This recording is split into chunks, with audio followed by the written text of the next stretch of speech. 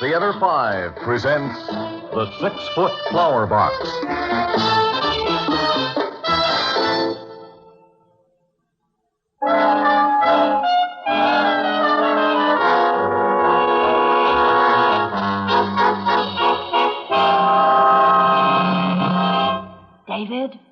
David, wake up. Something is wrong next door. What's the matter, Em? Oh, David, that terrible noise. Now, can't you hear it? At first, I thought it was out on our patio, but it's coming from the apartment next door. Oh, for heaven's sake, Marianne, it's after 2 o'clock in the morning. If the couple next door want to stage a row, it's their business, not ours. Now, listen. Those aren't pots and pans flying around in there. That's furniture. There. Did you hear that? Well, they've only been married a few weeks, probably just getting used to each other. Oh. Come on, back to bed. Oh, David, it sounds like they're killing each other. Didn't you hear that scream? What scream? Was it Cynthia's voice? You know, it's funny. I could swear it was a man's voice. Oh, now, cut this out. That man next door is a retired Army major. He may be short, but I bet he weighs 200 pounds. Please, will you stop eavesdropping and come back to... Oh, what is this? It's 2:30. Oh, I'll get it. I'm sorry to bother you at this hour. I'm Charlotte Brodsky. I have the patio apartment down at the end. You know, the one next to the couple next door. Oh, yes, of course. May I come in just for a minute? Oh, excuse me, certainly. David, it's our neighbor. The lady with the end patio. I'm Marianne Rogers, and this is my husband, David. Mrs. Brodsky, how do you do? Oh, how do you do, Mrs. Brodsky? Now, please understand, I'm no gossip, but I had to do something. I tell you, there's something crazy going on next door. There. Did you hear that? Mm-hmm. It's been going on ever since the 11 o'clock news. I wanted to call the police, but... I hate to embarrass anybody. Mrs. Brodsky, I really don't think we should get involved in this. David! And Cynthia is such a frail little thing. Supposing... I'm sorry, Ann, but I feel very strongly about this. I just can't see... Oh, this is ridiculous. It's nearly 3 in the morning. Never mind, I'll get it. Oh, hi. I'm sorry to barge in at this wee small hour, pal, but the wife and I have been tuning in on some wild sounds right under our apartment. Our wacky dog's been howling ever since the 11 o'clock news. Had to lock him in the shower to make him pipe down. What goes? We've got a town council meeting working on that problem right now, neighbors. Won't you join us? Marianne, Mrs. Brodsky, this is... Oh, how are you, girls? How do you do? Simon's the name, Frank Simon. This is the wife, Liz. Hello. Say, what gives with that broad next door? Sounds like she didn't do too well on the husband exchange, huh? Hey, what a brawl. Now, look, just hold on a minute. Please, David, now, why don't we all just sit down? I'm terribly sorry about my husband. The noise next door, it's made him quite nervous. I'm afraid he's had a bit too much to drink. Oh, you don't know what you're talking Please, about. don't worry about it, Mrs. Simon. It's been dreadful. Do you know her at all? Cynthia? Oh, yes. We chat over the patio fence, and... Well, she always seems so quiet. I can't imagine what's happened. Well, if you want to know my opinion, she's gotten herself a big slice of bad news. I understand he's a terrific boozer. I think we ought to go in and break it up. I gather from your remarks you've seen him drunk quite often? Not exactly, pal. You see, I got this friend at the office. He used to be a big wheel in Army intelligence. So I was telling him one day about this good-looking broad in the apartment below us and how she runs around the backyard in this bikini. You follow me? Oh, I follow you. So, anyway, I mentioned that she married some old guy, a Major Wright. At least, that's what the doorman told me. And my friend right away says, good grief, not Charlie Wright. Well, to make a long story short, it turns out this Major Wright is one of the meanest drunks going, always picking fights and stuff. Well, so I say let's get in there and rough him up a bit. Put a stop to this outrage. Tell me, Simon, did you bother to check the doorman to make sure the gentleman next door was Major Charles Wright? I didn't have to check anybody, pal. I value friendship, Rogers. If my buddy says he knows a Major Wright who's a bum, I don't need to cross-check with any doorman, see? It just occurs to me, pal, that the U.S. Army might possibly have two Major Wrights, and since the doorman didn't brief you on his first name... Now, please, stop this, both of What's you. your problem, anyway? I come down here to help a girl in need, to be a good neighbor, and all I get is a long look down the nose. Where do you get off with this high and mighty bit? You thrown a couple of wild blasts on that cozy little patio of yours, you know that? I don't think people have noticed. Frank, please stop this. Excuse me, Mr. Rogers, if I could just say one thing. I don't like to repeat stories, but... Well, the superintendent did tell me that Major Wright hit another car in the garage last week. He could have been drinking. Mrs. Brodsky, we have no right to assume that. Well, if you must know, my maid says there are so many liquor bottles piled outside the incinerator these days, she can't get in to dump the trash. That does it. There's your proof, Rogers. The guy's a no-good drunken bum, and I'm not going to sit by while he pounds on some good-looking dame with a kitchen chair. Don't you know what's going on? Don't you ever watch these TV shows where everybody just stands by? This is a violent world, pal. You got to do something about it. You got to act. Frank, I think we'd better go. Shut up, Liz. Oh. Now I'm going to check the doorman. Slip him a $5 and see if I can get the scoop on this bum. And if he says what I know he's going to say, I'm going in there. You're not going anywhere, Mr. Simon. You're going to sit there and listen. When I'm done, and only when I'm done, you can do whatever you want. Now, David. I'm not going to argue about whether or not the Major's a bum, Simon, for one simple reason. I don't care. How long have we all lived in this building? 1 year? 2 years? And until this moment, we've never met. What's more, we've never wanted to meet. That's why we live here. What gives you the right to accuse a man you don't know of something you know nothing about? Something that's none of your business. Why, you no good loud. He's got the laugh, Frank. Frank, stop it. Mr. Rogers, I'm so terribly sorry. Are you hurt? Here, let me help you up. It's quite all right, Mrs. Simon. Fortunately, your husband's aim isn't very good. Who do you think you're talking to? A Sunday school class? I'm going to belt you. Wait a minute, please. Listen. The noise next door. It stopped. You suppose she's all right? Well, I don't know. But it certainly is quiet in there. Good. Now, I don't want to be rude, but I suggest that we all get some sleep.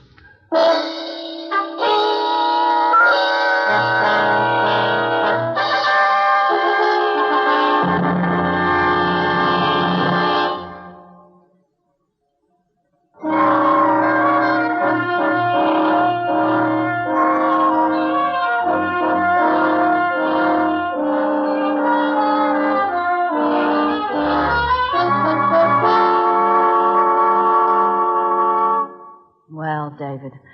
Maybe you can dismiss what happened next door last night as just a lover's quarrel, but I'll tell you one thing. There was certainly no lover's quarrel in our living room last night. What a horrible man. You know, I felt so sorry for his wife. She was absolutely mortified. For his wife? Well, what about me? I almost got my head bashed in with a lamp. You might feel a little sorry for me. Well, I do, darling. But in a way, you had it coming. Oh, I know. Just I can't stand that kind of prying. Say, what did that guy mean? We threw some pretty wild parties in our patio. Next time, I'll hire some dancing girls. Come on, David. Let's not start it all over again. Oh, yeah, you're right. Well, how's the weather this morning? Maybe I'll transplant those azaleas today. Do a little communing with nature and let the rest of the world go hang. That's a spirit, neighbor. I'm going to take a shower. Get me some coffee, will you, pal? Anything for you, pal. Now, who at this hour? Hi, Marianne. How are you? I've been meaning to call over and tell you how lovely your azaleas look, but being an old married woman, I've been so busy. Oh, thank you, Cynthia. How have you been? Oh, just fine. Except that at the moment, I've been having kind of a problem. I thought perhaps your husband could help me.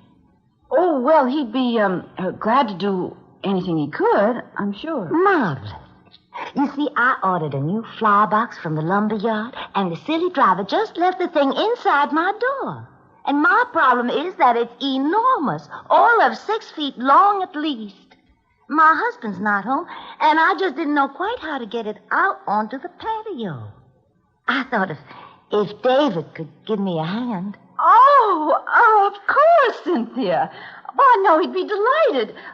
He's in the shower now, but I'll have him knock on your door just as soon as he's dressed. Oh, thanks. Bye. Bye-bye.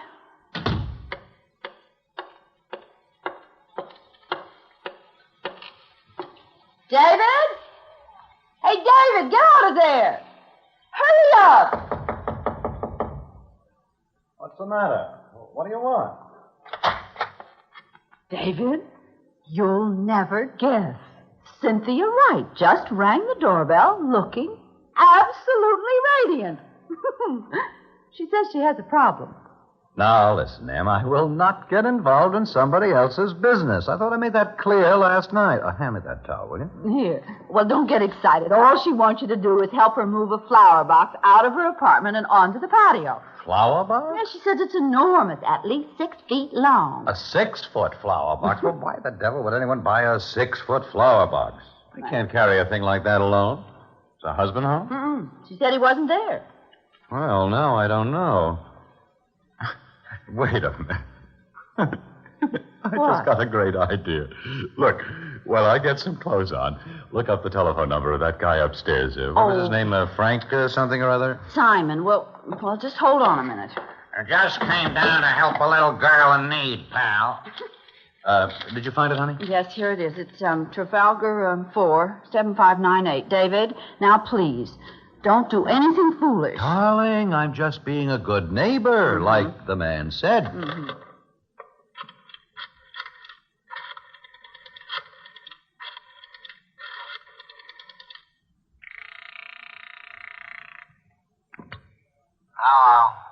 Hello. Hello, is that you, Simon? It's David Rogers downstairs. Wow. How are you? If you want to know, I got a terrible hangover. Oh, is that so? Well, a couple of aspirins and you'll be a new man. This is absolutely vicious. You're not a bit funny. Hello. I wonder if you could help me out with something. I don't know. Mrs. Wright next door needs a couple of strong hands to help her move a flower box. Oh? Seems her husband's not home. I thought you might like to volunteer. Well, anything to help a little lady out. Uh-huh. Are you're sure you feel up to it, old man, huh? Oh, yeah, sure, certainly. Oh, fine. I'll meet you in the lobby in a minute. David Rogers, what's gotten into you? I've never seen you act like this. Just giving Mr. Frank Simon a chance to play detective, Em. Nothing wrong with that, is there? Actually, I think it's pretty funny. Yes, well, I want no part of it. I'm going out in the patio. And if any lamps start flying, you're on your own. You're absolutely right, dear. Now, where the devil's my belt? Here it is. See you later, Marianne.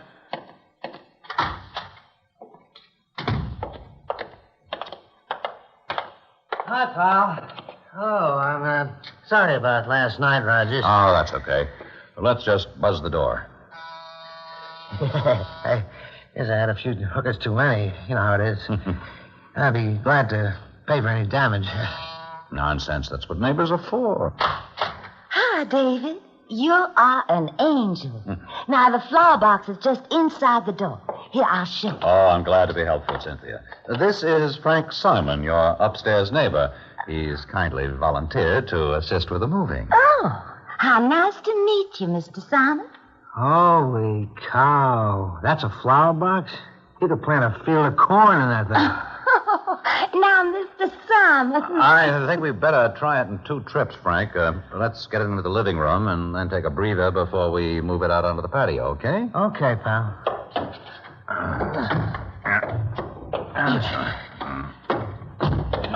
Ease it down gently. Yeah, that's it. What is this thing made of, Cynthia? Solid mahogany? Well, I really don't know. The man from the lumberyard didn't say. Say, you got a lovely apartment here, Mrs. Wright. You're going for antiques, huh? Uh-huh. They've been my family for years. I moved as many pieces as I could so you could get through. I hope it won't be too difficult. Well, Frank, shall we give it another try? Cynthia, open that patio door like a good girl, will you? Well, of course. All right.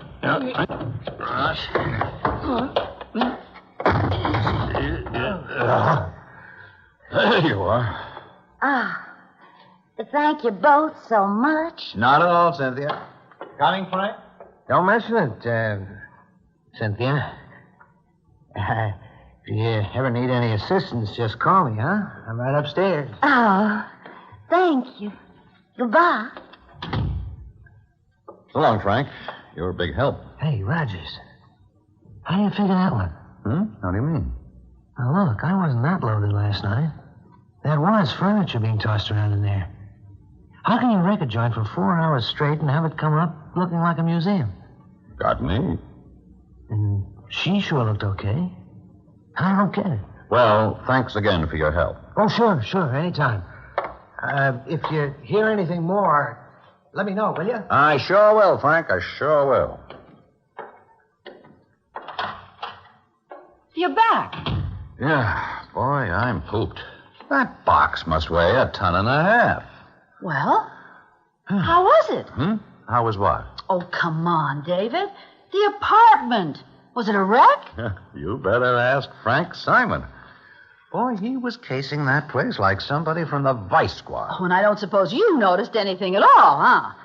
A good little respect for privacy. Just keep your eyes straight ahead. Oh, David, come off it. I thought you told me you wanted no part of it.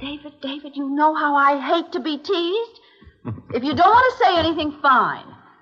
But don't be smug. All right, Em. I'll tell you what I think. And that's simply, I don't know.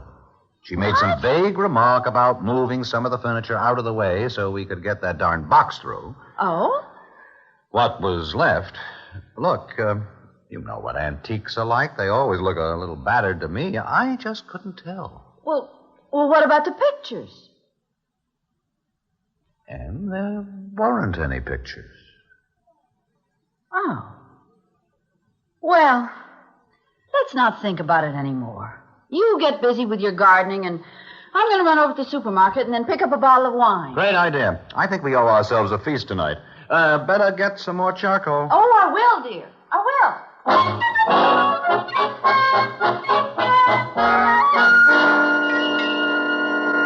Well, that was quite a dinner.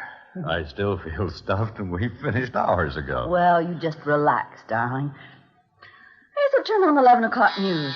Oh, I knew it was too good to last. Don't bother, dear. I'll get it.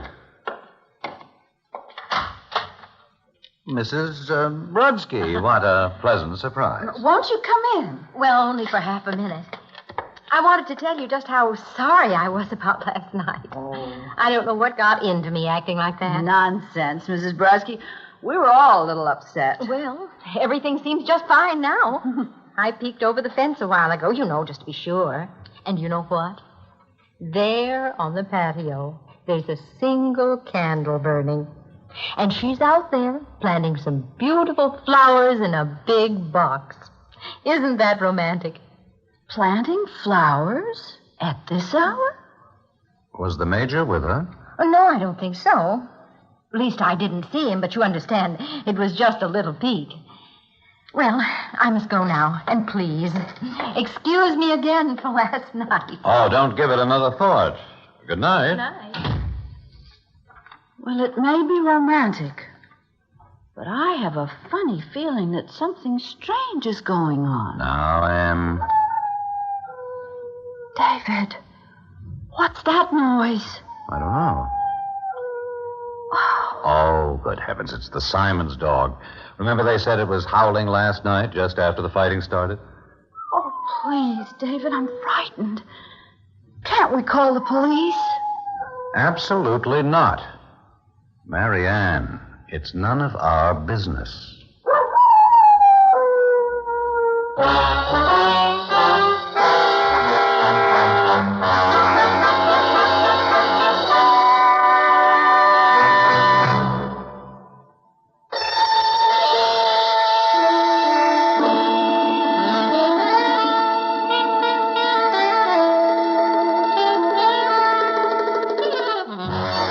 Theater 5 has presented The 6-Foot Flower Box, written by Marjorie Truitt, produced and directed by Warren Somerville.